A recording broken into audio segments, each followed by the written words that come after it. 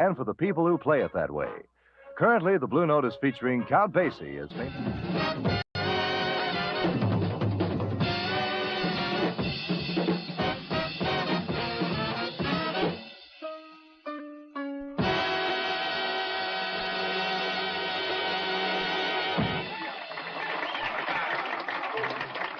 Yes, fancy meeting you here. Count Basie, the orchestra. Birdland, right here in New York City. Well, that spotlight falls on three other members of the Count Basie aggregation. Paul Quintachet, Jimmy Wilkins, Marshall Royal, Count in the orchestra, and a little Basie kick.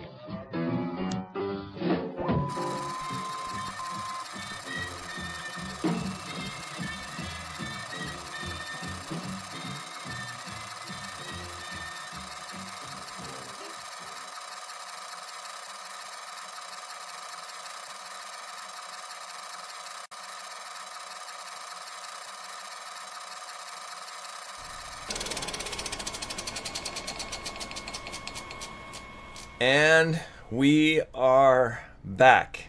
If yesterday was second Monday, can we call today like third Monday? That's where my week's at. It's like third Monday.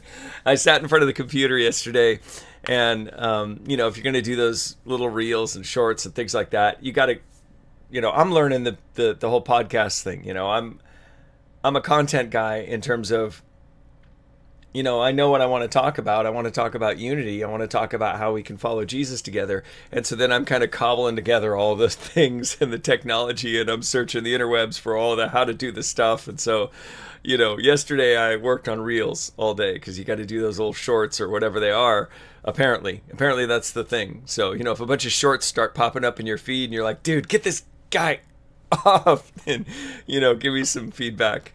Love hearing your feedback. And I share a lot of your guys' stories. Some of you guys text me and ping me, and it's like I don't want to write a novel back. But man, I'm a work in progress too, and it's awesome to hear stories that I never took the time to listen to, years ago. And we all do better over time. The Christian life's all about change and leaning into being more like Jesus. That's really what we're all about here. So. Also, yeah, that's it. A strong wind blew. The AC kicked on, and now I'm lost. No, that's what we're going to do today. We're going to take another step together towards following after Jesus, and we're going to do that without being dismissive and without being divisive with people who are honestly pursuing Jesus with us. Instead, we're going to humble ourselves, and we're going to figure out how to increase the places where we agree about Jesus, and how to not stand over each other and, let our pride and our fear get in the way. We're going to take another step together towards following Jesus. It's what we do every day. Take it away, Chuck. And being willing to be less than the least became the greatest of all. Let us imitate him who was King of Kings and yet a servant of servants. The future doesn't belong to the faint-hearted. It belongs to the brave. Would you turn on my microphone, please? It's right here in the hall closet. It's right here in the hall closet. I don't know. That's. I'm sorry. I can't talk about it again today. I already talked about it yesterday. The early 1900s talkie voice. It's great. So, what are we going to talk about today? When we understand each other, we win. That's really what it is. What we talked about yesterday, we're just trying to do three things. We have three basic problems in Christianity that keep us dividing. And the Catholics look over and they go, ha, ha, ha, look at you guys. You're supposed to be Protestant and sola scriptura, but like every day there's a new denomination. Every day there's a new faith group that pops up, Any knucklehead can just, grab their NIV and pop open a church in a strip mall. And, I generally have a positive view to people trying to do those kind of things. I think they have good intentions, and I would look at that and say, where we disagree about Jesus, maybe let's lean in instead of lean away. But at some point, the criticism from 1,000 feet out is to just look at Protestantism as this continuing dividing thing. And so at some point, all of the divisions, if we keep widening the circle, it just deludes who we're saying we follow, the Jesus that we worship, or at least the part of Jesus that we agree about, becomes smaller and smaller and smaller.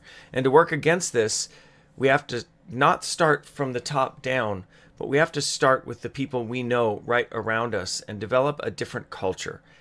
And when we develop that different culture, that's something that can be, and you may have heard this phrase, everyone says it, well, we want it to be caught, not taught, right? Because, and I catch myself here on this podcast, talking a lot of theory.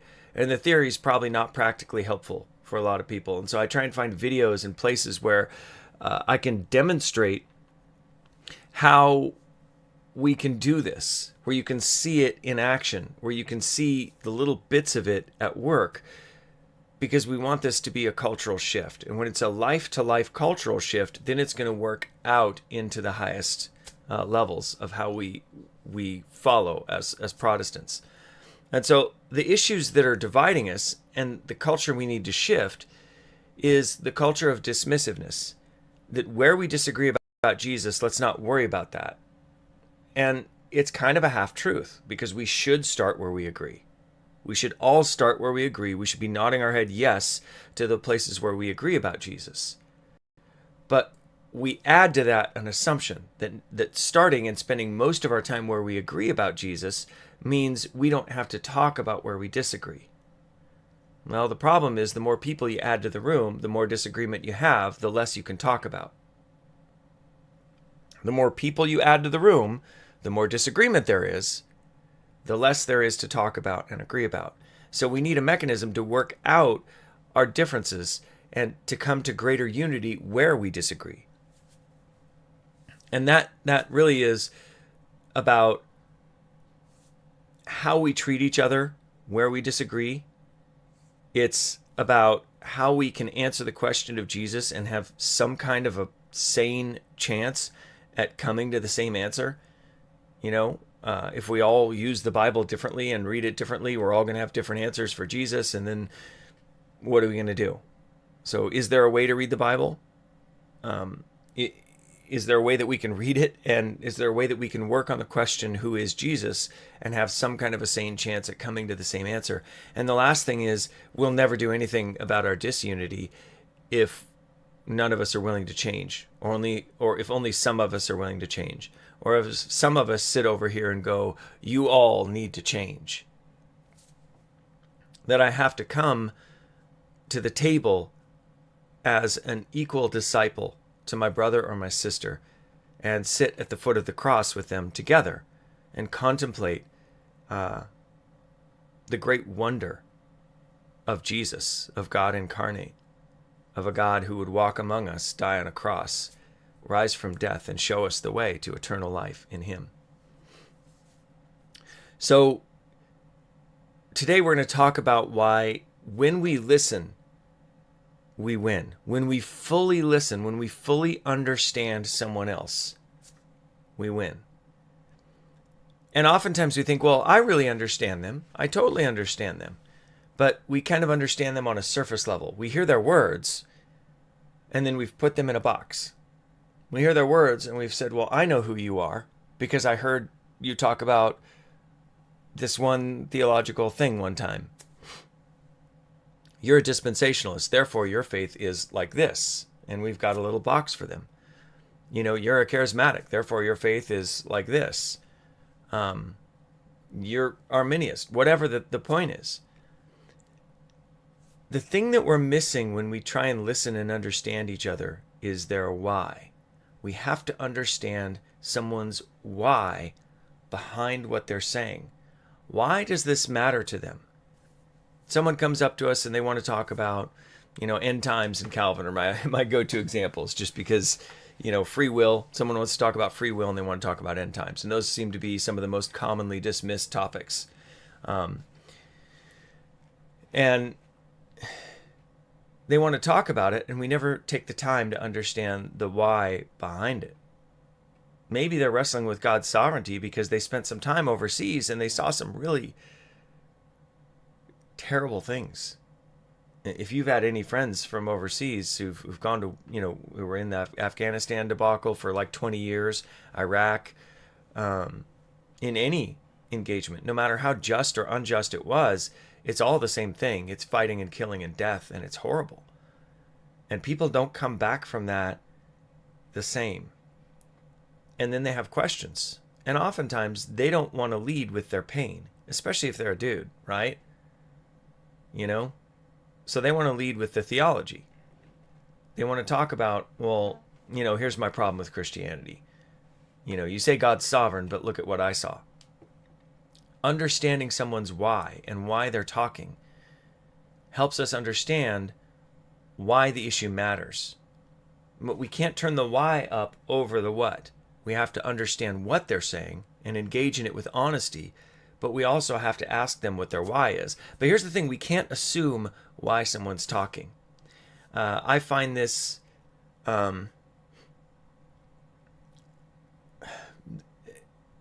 don't want to pick on people, but I find this in certain temperaments, in sometimes in certain political leanings, the idea of those poor people puts upon someone something that maybe they wouldn't put upon themselves. We'll come back to that a little bit. But we have to let someone else tell us their why. And then we are bound to their words for their why, not our assumption behind their. We're not the Holy Spirit. Okay? We can't see into someone's heart.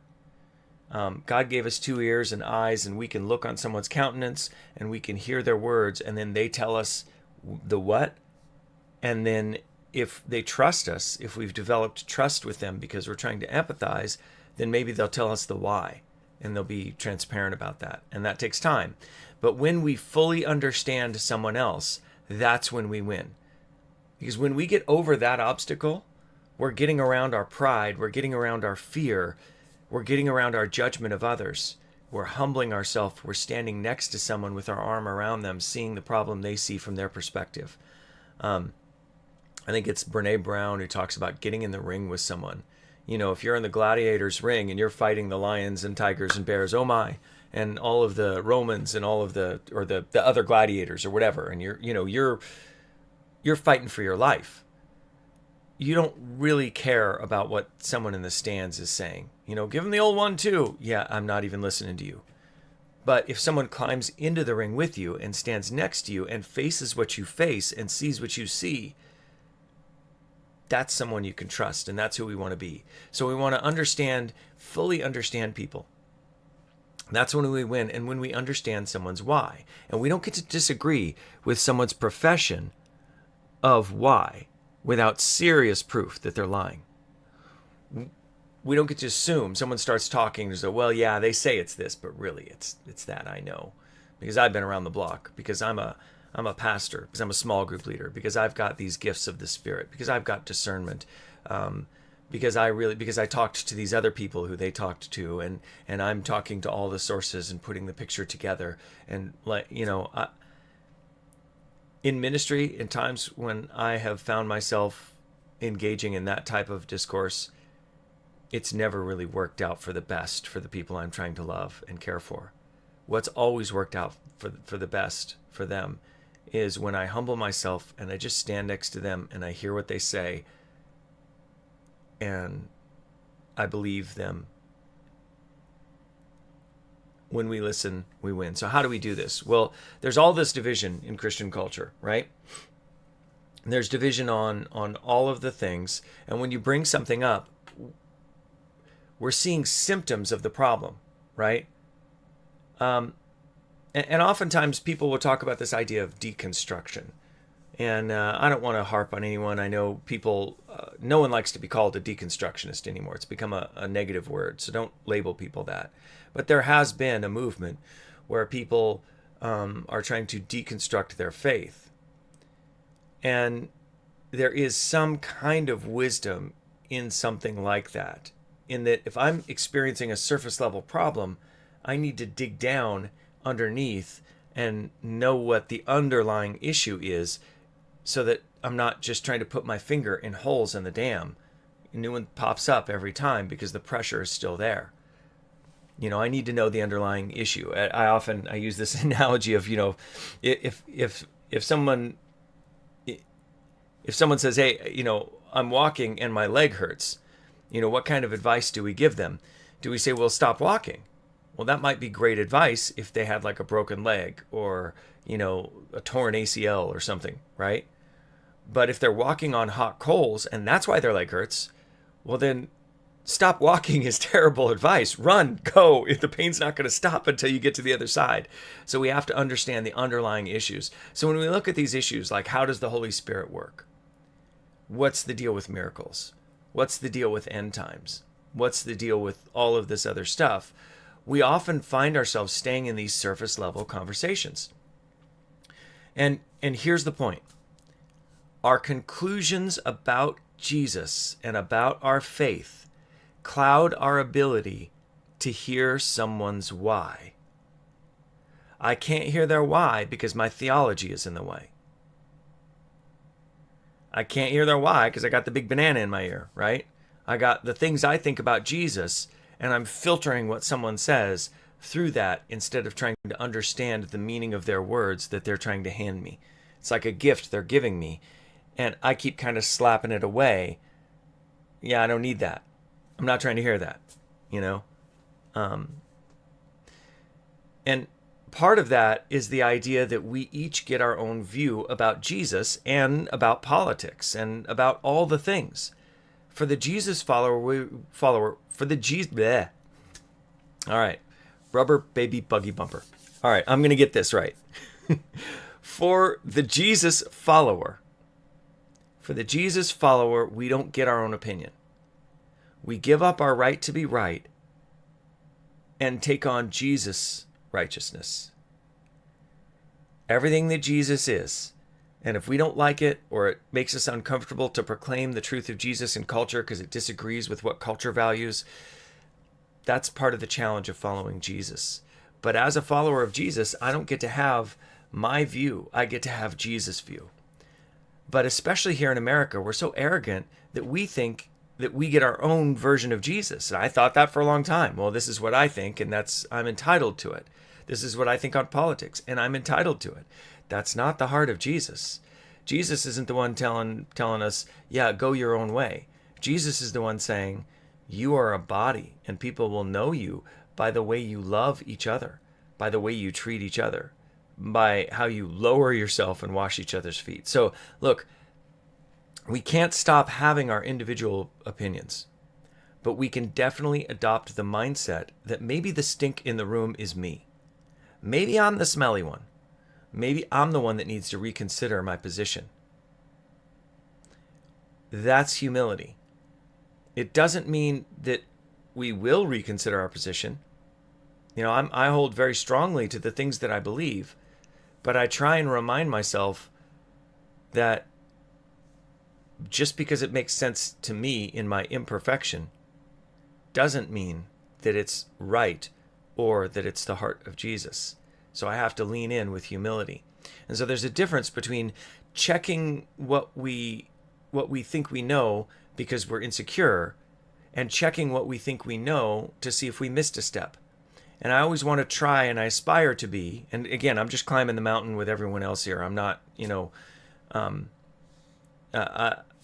a fellow journeyman. All right. So this is all stuff that's at work in my life, and I have not mastered just like anyone else. But I check my opinion to see if I missed a step. I try and avoid checking my opinion for insecurity. That if I know my math is right, then I get the confidence I'm looking for anyway. But if I check my opinion for validation, then I don't really care if I'm right. I care if I feel good. I would rather derive my sense of confidence from other believers agreeing with my math than derive my confidence because people are patting me on the back saying, go, go, go. It's that confidence of knowing the truth that allows us to step out in the darkest times. All right, so look, what we're going to do, we're going to watch a couple of short videos here. And listen, if we don't let go of our right to be right, we end up filtering others through our beliefs. If we don't let go of our right to be right, we end up filtering others through our beliefs. So whatever I believe about something, that's the box I've created for them. And I get to be the judge of them. And that's the wrong tree in the garden. That's the wrong fruit. That's not the fruit that brings life. That's the fruit that says I can sit in God's throne.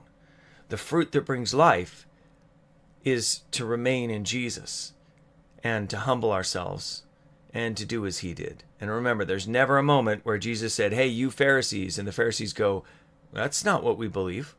All right. So that's kind of our main point for today. And I want to show a couple examples here.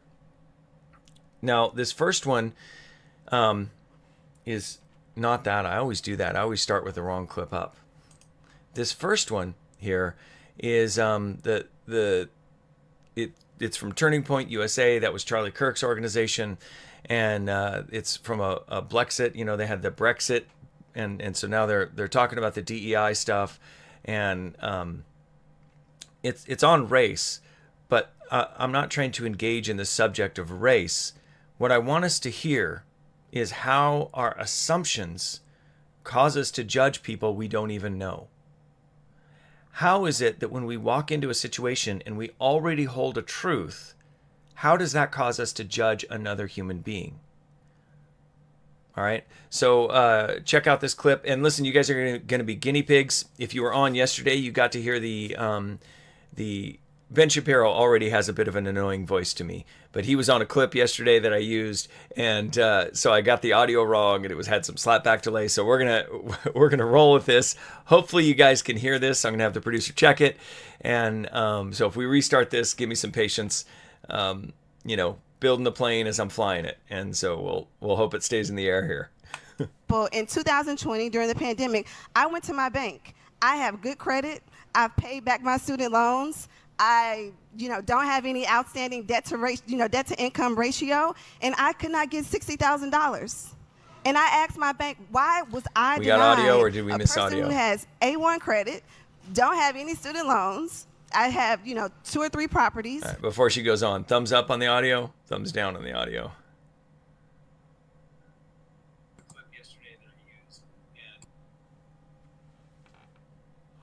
Don't got it? All right, let's try this a different way. I just got too much of a delay. I'm not even there yet.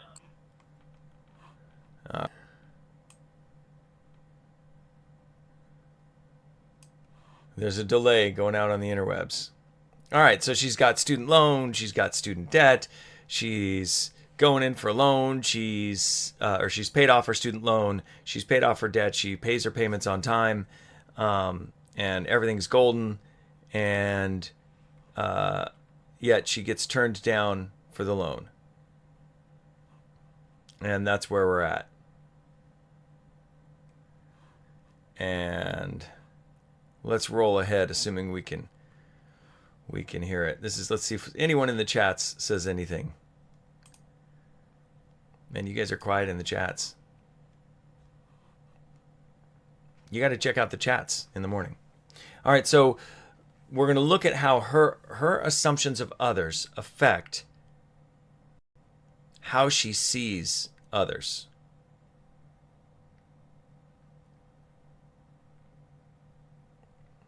And if you guys will bear with me for just a minute, I think I can run a check on. As all right. A1 credit, don't have any student loans. I have, 2 or 3 properties. Why am I being denied a $60,000 personal loan? And you know what? They said because you're black? They didn't give me an answer. Well, how do you know it's because you're black?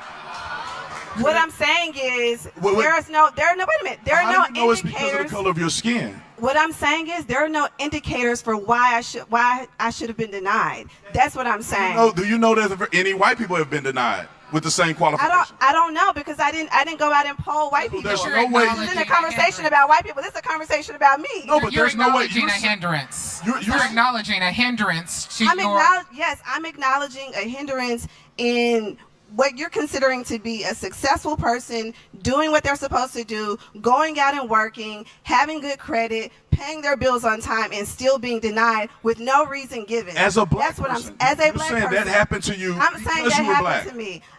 What I'm saying is, yes, I'm saying it happened. Okay. And I have. So there's all of this assumption, and I want you to notice real quick, kind of where she's at. The first thing she does is say, "Well, did it?" You know, that's Brandon Tatum, former police officer, retired police officer there, who says, you know, well, how do you know? Did you check with white people? Well, this isn't a conversation about white people, so I don't have to check with them. When we chunk off a section of the data, we're not going to see clearly, right? And so that's something we intuitively do. And sometimes the smartest people in the room are the ones that are doing it, and doing it without realizing they're doing it. So it's not always, you know, someone trying to be disingenuous. But what we do is we argue for our positions, not from the information. All right, so check out. Happen to be black, yes. Alea, I want to talk about. But wait a minute, I'd like Brandon to respond to that. I see you sat back. You're frustrated. Listen. I'd like you to respond. I will. Yeah. You got 2 minutes. 2 minutes. All I want to say is that I can fight with you if we have evidence. If you went to the bank and you have evidence that they've been giving loans to people with equal qualification as you have, and because you being black, they denied you, let's go to the bank and let's show up. Let's pull up. Okay. But the thing is that it's not fair to make that determination without unequivocal facts, because what it does is it generates this idea that it's because you're black. There may be something or that you could have changed on you when you made the application or not that could have caused you to get the loan. There are some educational points there that could have been effective, but you can't just say it's your race, because then you're telling the next young person and the next young black person, and before you know it, they don't even give it a try when you're saying something that's not verified. No, I'm not saying. Right. So she backs off a little bit, and they come to terms, and they come to agree a little bit. But you can see the point, right? When I come in, and we see this in our culture a lot. Are there bad people in the society? Yeah, sure. What's the percentage? I don't know. We can look at that, but only if we're going to have an honest conversation. But everyone who cries, you know,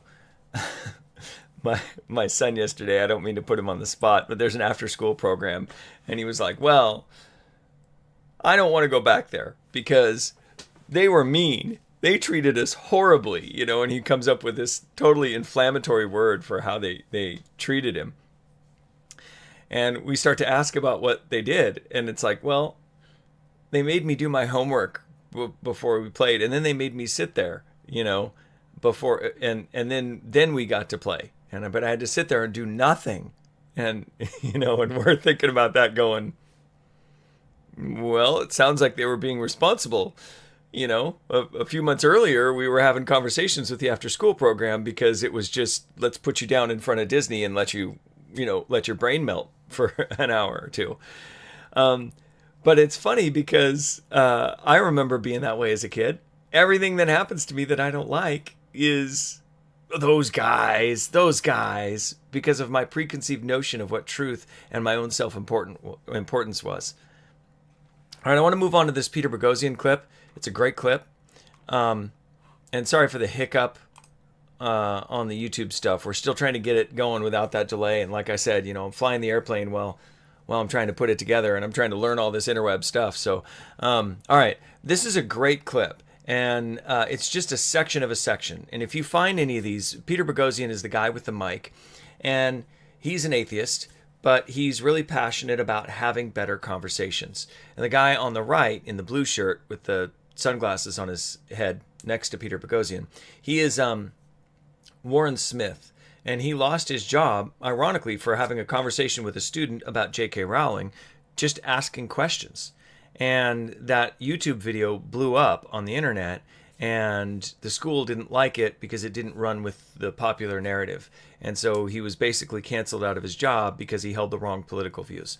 And they're out there doing something called street epistemology. And so they've got these little circles on the ground that, you know, strongly agree, mostly agree, sort of agree, neutral, and then sort of disagree, you know, strongly disagree, full on, you know. So they've got, you know, basically like a gradient in a half circle of really, really agree and really, really disagree. And just watch how this plays out, and we'll talk about it on the other side. So if there's no evidence for it and you're not sure of it, do you think it happened? I'm pretty sure it did happen. I'm just not entirely sure of the details of it. And the, I'm sure it happened. I'm just not what's sure. the it in that sentence? Like that she said some bad stuff About Jews. I think so. Okay. Do you want to comment on that? Yeah, because you just said, I'm sure it happened. Maybe we should spin the game again and be like, is J.K. Rowling anti-Semitic? Okay, let's do that one. J.K. Rowling is anti-Semitic. 5, 4, 3, 2, 1, move. They have to move to agree, disagree, strongly disagree. You're in the neutral? Yeah. Yeah, you're in the neutral? Yeah. You're in the neutral. Why are you on the... how come you're in the neutral? I just don't really know anything about it, so I can't really form an opinion. Would the default be neutral if you don't know about it? I think so. I don't know. How come you're on the neutral? I'm of the same opinion. I don't think I know enough about the issue to have a opinion on it. And I think neutral means no opinion. So.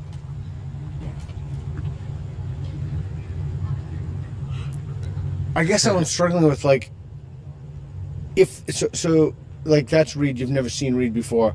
If I said Reed is anti-Semitic, why would the default be neutral? Reed? That guy right there. Okay. So he's anti. If you said. Well, no. I mean, I'm trying to figure out why the default for things is if I said to you, there are ghosts in my basement, the default to that wouldn't be neutral.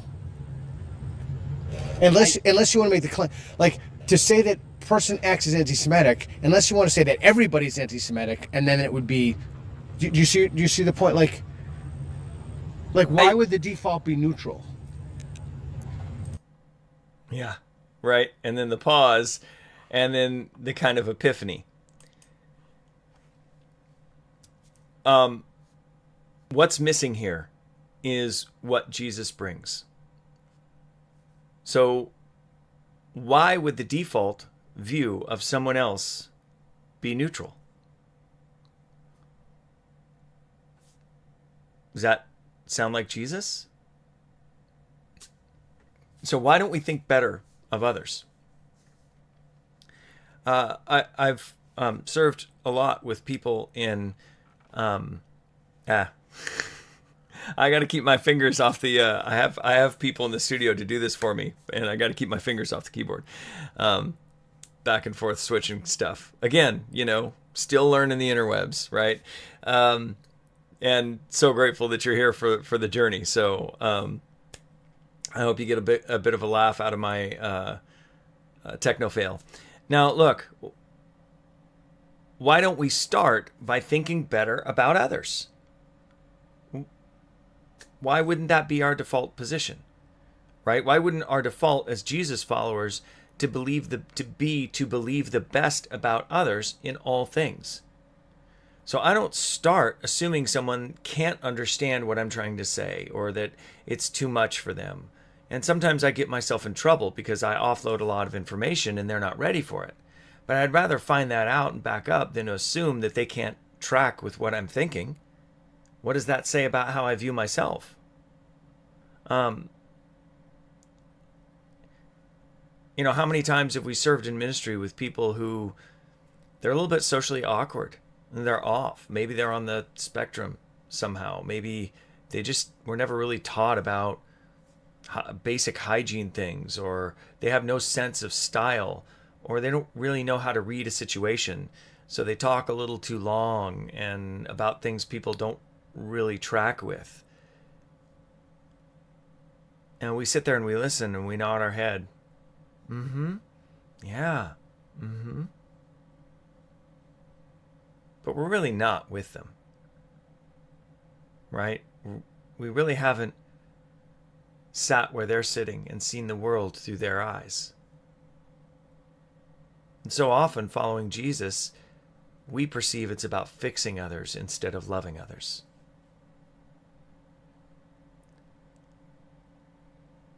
He made him a little lower than the angels. That's our God. That's our Savior. He came and walked in our shoes.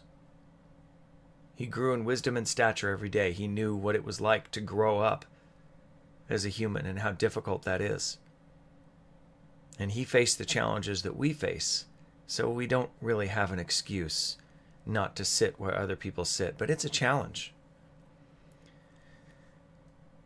So we often make assumptions about people. And this is where, I was talking about political parties. It really torques me off when I hear a certain political party tell me that certain people can't get an ID because, they don't know how to get an ID. What? Why are you starting with the lowest possible assumption of others? Why aren't you assuming the best about others? And then get proven wrong. Why don't you go ask all your friends like that and see if they have any issues? Or, and this is when it's funny, I worked for, a couple decades probably in a really high-end community. It's where all the professional basketball players, they lived in this area of town, for the local pro basketball team. And so I lived out there in that area. And, I didn't live in that area. I lived outside that area because I couldn't afford to live in that area and work for a church. And so our church was in that area. And so a lot of the people who came had a lot of means and were highly successful people.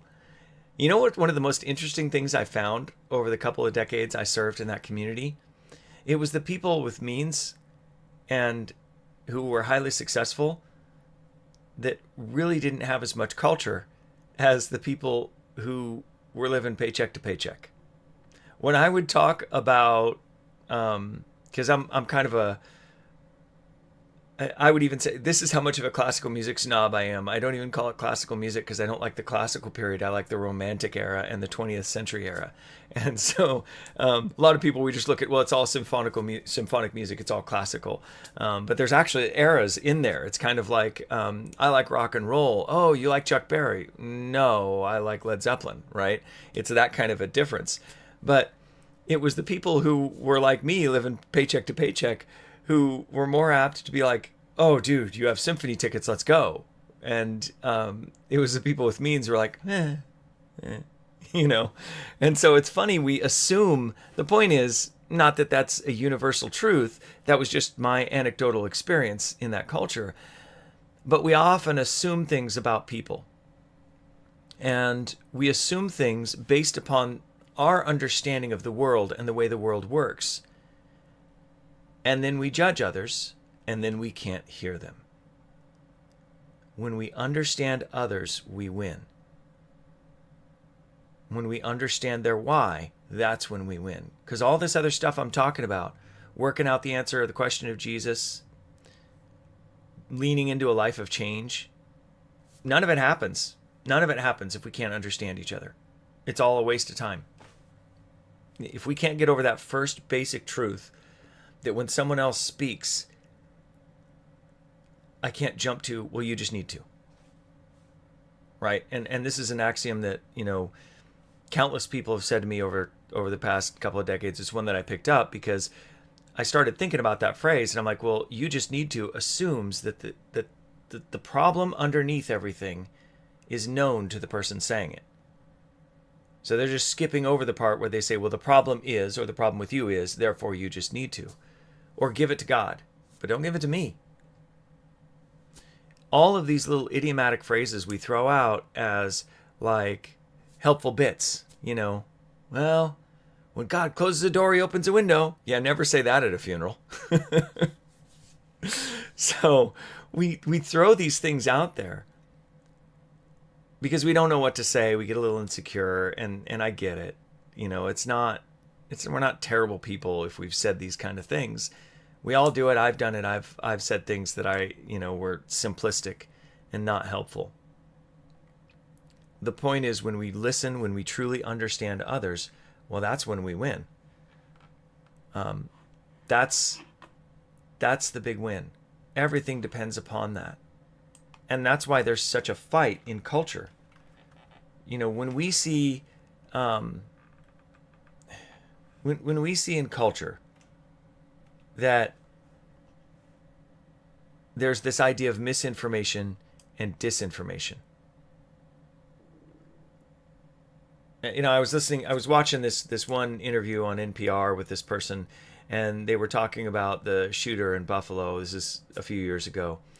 And they said, now, you don't have to read his manifesto. I read that, so you don't have to read it. And let me tell you what it says. And then she went on to misrepresent what it says. When there's a war over what truth is, the antidote is to live like Jesus. It's to actually really listen and get into the details on some of these issues. A lot of people don't know, on the left or the right, we had a presidential candidate with, 34 felony convictions or whatever. Well, a lot of people don't even know the details of the case, that what they were being accused of was a misdemeanor. What made it a felony was that they said there was an underlying crime. But they never convicted him of an underlying crime, and they never shared what the underlying crime was. So, understanding the details helps us understand where people are coming from. When we just take the surface level data, we miss people. So when our friend starts talking about why they think democratic socialism is a better way for the country, I don't bring out the wealth of nations. It's difficult for me because I strongly oppose that ideology. I think Jesus would oppose that ideology, because you can't really have socialism without authoritarianism, right? Because at some point you have to forcibly take money and wealth and means from people who have it. At some point you have to come in and collect it all if you're going to redistribute it and make everything even. But I try, so it's even hard for me talking about it to kick in my empathy. But that's the big challenge, isn't it? When they talk, am I willing to lower myself? And I often don't do it. I often fail on the things that are most challenging and most difficult for me. I fail to be like Jesus. And that's really my heart, and I think that's our heart. When we listen and when we understand, and when we understand someone's why, we win. But here's the thing, I'm never going to get to that democratic socialist's why if I don't let them talk, if I can't hear them out. And if you know me, you know that that's a very big challenge for me. And so that's a massive aspiration in my life. And so I love sitting around with other people who are great listeners, because it allows me to watch them at what they do. And, I had a friend tell me, it's like, dude, when I'm a listener, it's not happy for me. Like sometimes I am biting my tongue. Yeah. But you still have the strength to do it in Jesus. And that's what we want. And that's where we need to be. And then one day, from biting my tongue, I'll move towards not necessarily being so afraid and it's not fear or upset or challenged by what's being said. And then maybe I'll move into more confidence in Jesus and more confidence in Jesus. And then maybe I'll be able to listen to some of the worst things and really hear and understand. Check out this verse here. This is, I'm going to resize this here so it shows up. Got my verse, got all the things. This is from Philippians. It's Philippians 2, 3, and 4 on the Bible Gateway web interface. Do nothing out of selfish ambition or vain conceit. Rather, in humility, value others above yourself, not looking to your own interests, but each of you to the interests of others. I want to look at one more verse here. And, of course, we got to mess with the font size again.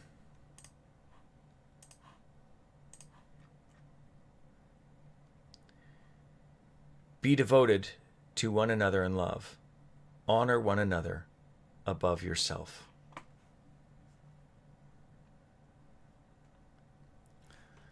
Look,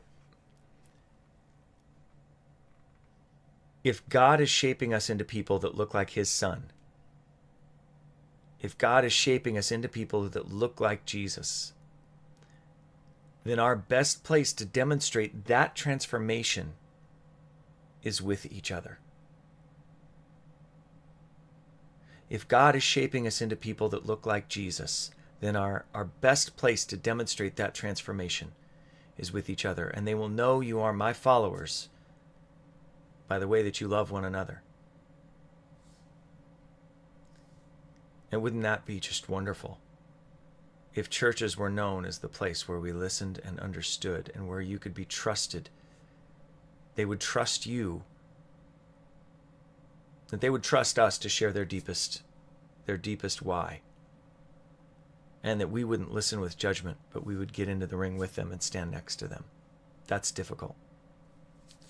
God, shape us into people who look like your son, Jesus. Help us listen. Help me listen. Help me be a better listener. Help me be a better listener to my family, to my immediate friends, and to everyone who crosses my path today. Help me shift from seeing every exchange with another human as a war over truth, and instead see it as an opportunity to empathize and to lower myself and to love someone the way that you've loved me. Make us more like your son every day. Amen. So look, just recap. We got to understand someone's why. That's where it all starts. If we can't understand what they're saying and their why, or we're doing that condescendingly, it all breaks.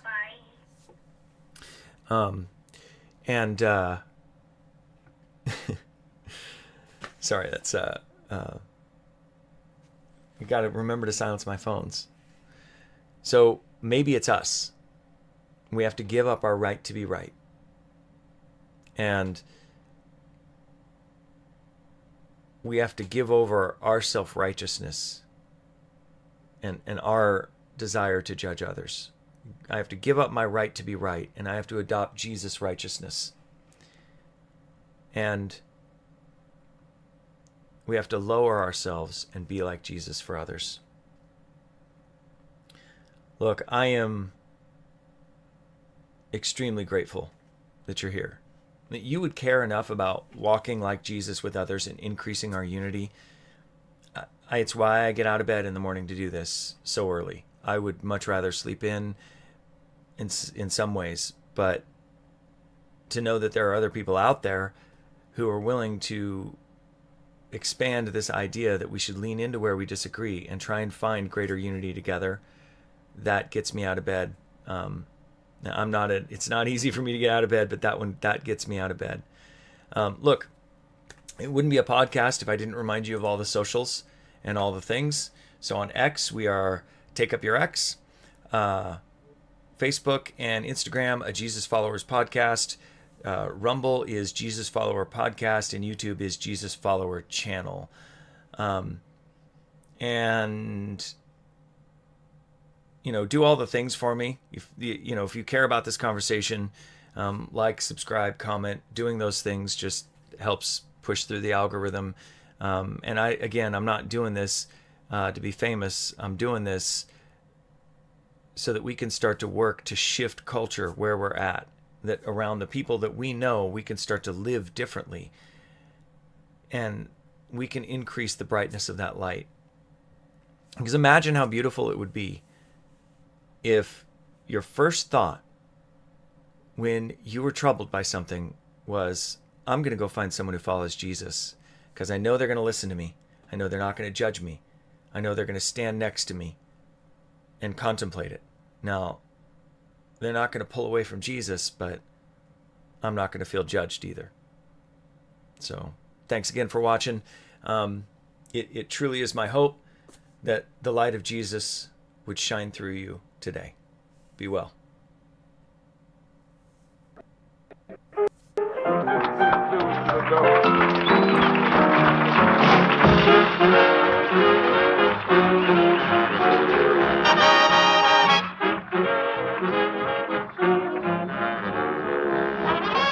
Yes, you now have a concert side table at the fabulous Blue Note, Madison near Dearborn, Chicago's Mecca for moderns, and for the people who play it that way. Currently, the Blue Note is featuring Count Basie, his famous piano, and his big new band. Yes, it's what you've been waiting for. It's Count Billy Basie, and here's the man himself. Good evening, ladies and gentlemen. This is Count Basie and the band. Sincerely, you're going to enjoy. We hope you enjoy our little program, because we're going to have fun working for you. Now, in our first number, we feature Joe Newman on trumpet, Eddie Lockjaw Davis on tenor. A little thing we call the Blee Blop Blues.